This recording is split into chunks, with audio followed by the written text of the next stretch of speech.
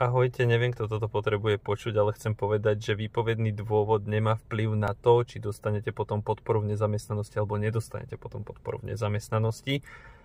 Totiž šíri sa tu taký mýtus, že podľa toho, aký výpovedný dôvod vám dajú, alebo podľa toho, ako skončíte pracovný pomer, podľa toho potom budete mať nárok na podporu v nezamestnanosti. Není to pravda.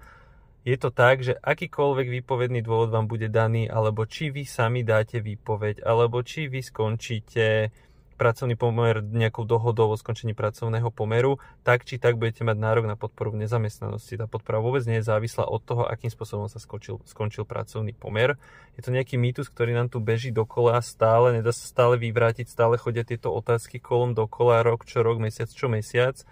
A stále musím ubezpečovať ľudí, že podpora nezávisí od výpovedného dôvodu.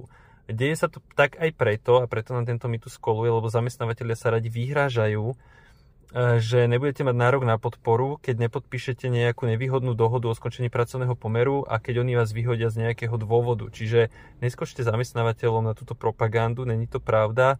Zamestnanci sa často takto nechávajú dotlačiť do podpísania nevýhodných dôvodov o skončení pracovného pomeru úplne zbytočne, lebo uveria zamestnávateľovi, ktorý sa im bezprávne vyhráža a nejakým takýmto psychickým nátlakom na nich tlačí, že ak toto a toto nepodpíšeš, tak proste my ťa vyhodíme, ja neviem, kvôli porušeniu pracovnej disciplíny, a potom nedostaneš podporu. No tak není to pravda. Podpora vôbec nezávisí od toho, ako ste skončili pracovný pomer.